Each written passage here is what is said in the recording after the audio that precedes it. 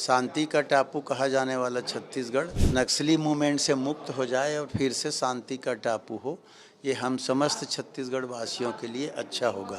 अगर double engine की सरकार के कारण ख़त्म हो रहा है तो 14 से 18 में होना था, और उस समय नहीं हुआ मतलब आज भी डबल इंजन की सरकार के कारण नहीं हो रहा है।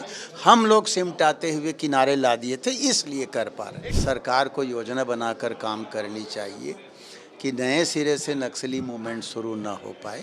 भारतीय जनता पार्टी की डबल इंजन सरकार मार्च 2026 तक छत्तीसगढ़ से नक्सलवाद खत्म करने का दावा कर रही है और इसके तहत लगातार अभियान भी चल रहा है। अगर हम बात करें तो पिछले 2 दिनों में 250 से अधिक नक्सली समर्पण कर चुके हैं, जिसमें से कुछ बड़े नक्सली भी हैं। तो क्या मार्च 2026 तक नक्सलवाद पूरी तरह से समाप्त हो जाएगा और उसके बाद क्या ऐसी स्थिति रहेगी कि नक्सलवाद फिर नहीं पनप पाएगा, ऐसी कोई स्थिति बन पाएगी? इस पूरे पर चर्चा करने के लिए पूर्व गृह मंत्री ताम्रध्वज साहू जी हमारे बीच उपस्थित हैं। भारतीय जनता पार्टी लंबे समय से दावा कर रही है कि मार्च 2026 तक नक्सलवाद खत्म हो जाएगा। नक्सली मारे भी जा रहे हैं, सरेंडर भी कर रहे हैं, मुख्य धारा पर भी लौट रहे हैं, तमाम चीज़ें भी हो रही है। अभी 2 दिनों में भी बड़े नक्सली सहित 250 से अधिक नक्सलियों ने समर्पण किया। क्या लग रहा है आपको?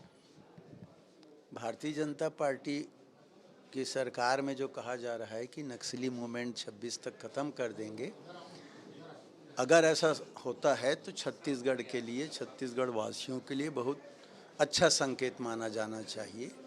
शांति का टापू कहा जाने वाला छत्तीसगढ़ नक्सली मूवमेंट से मुक्त हो जाए और फिर से शांति का टापू हो, ये हम समस्त छत्तीसगढ़ वासियों के लिए अच्छा होगा।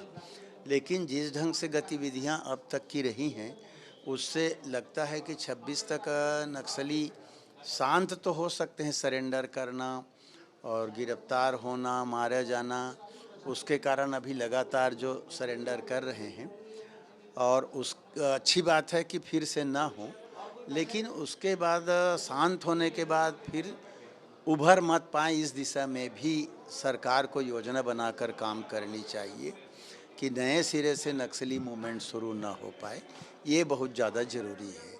रही सवाल डबल इंजन की सरकार में ये सब हो रहा है, हम लोगों ने अपने 5 साल के कार्यकाल में नक्सली मूवमेंट को सिमटाते सिमटाते एक जगह, फिक्स जगह केंद्रित कर दिया था। उसका परिणाम है कि आज ये नक्सली मूवमेंट ख़त्म होने की दिशा में आगे बढ़ रहा है। और डबल इंजन की सरकार में ही ख़त्म होने की बात कहते हैं तो पहले का भी 14 से 18 के बीच भी डबल इंजन की सरकार थी, केंद्र में, राज्य में बीजेपी की सरकार थी।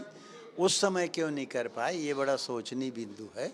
उस समय अगर कर लेते तो ये 15 साल आदिवासियों का जीवन, वहाँ का विकास की बातें, इतना खर्चा जो हुआ होगा, इतने लोग जो मारे हुए, उनसे सबसे मुक्ति मिलती। अच्छा, एक चीज़ ये है, अक्सर ये लोग ये बोलते हैं कि आप लोगों में इच्छा शक्ति की कमी थी।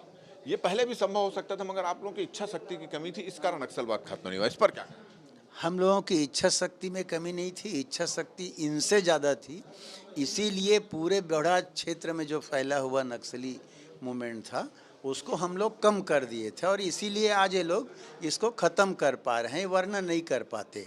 ये कहते हैं कि डबल इंजन सरकार के कारण ख़त्म कर रहे हैं, तो 14 से 18 ऑलरेडी इनकी डबल इंजन की सरकार थी, उस दिन क्यों नहीं कर पाए? ये खुद अपनी बात को अलग अलग बोल रहे हैं। अगर डबल इंजन की सरकार के कारण ख़त्म हो रहा है तो 14 से 18 में होना था, और उस समय नहीं हुआ मतलब आज भी डबल इंजन की सरकार के कारण नहीं हो रहा है।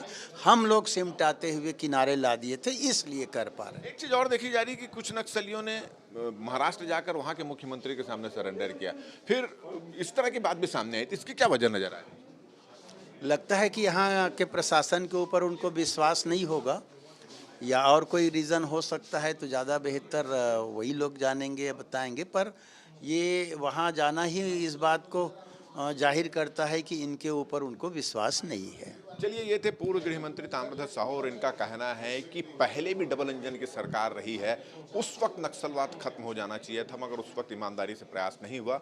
उनकी जो सरकार थी, उन्होंने पूरी दृढ़ इच्छा शक्ति के साथ नक्सलवाद को समेटने का काम किया और उसका परिणाम है कि आज ये नक्सलवाद खत्म करने का दावा कर रहे हैं। मगर साथ ही साथ उन्होंने एक और चीज़ कही कि 2026 तक, मार्च 2026 तक ये नक्सलवाद खत्म करने की बात कर रहे हैं, मगर उसके बाद बस्तर में नक्सलवाद ना पनपे, इसके लिए उनकी कोई प्लानिंग नहीं है, उस पर भी इनको विचार करना चाहिए। पुनर्वास करने वाले जितने भी नक्सली हैं जो पुनर्वास करते हैं उनका लाल कालीन बिछाकर स्वागत किया जाना ये निर्धारित है और लाल कालीन बिछाकर ही हम उनका स्वागत कर रहे हैं।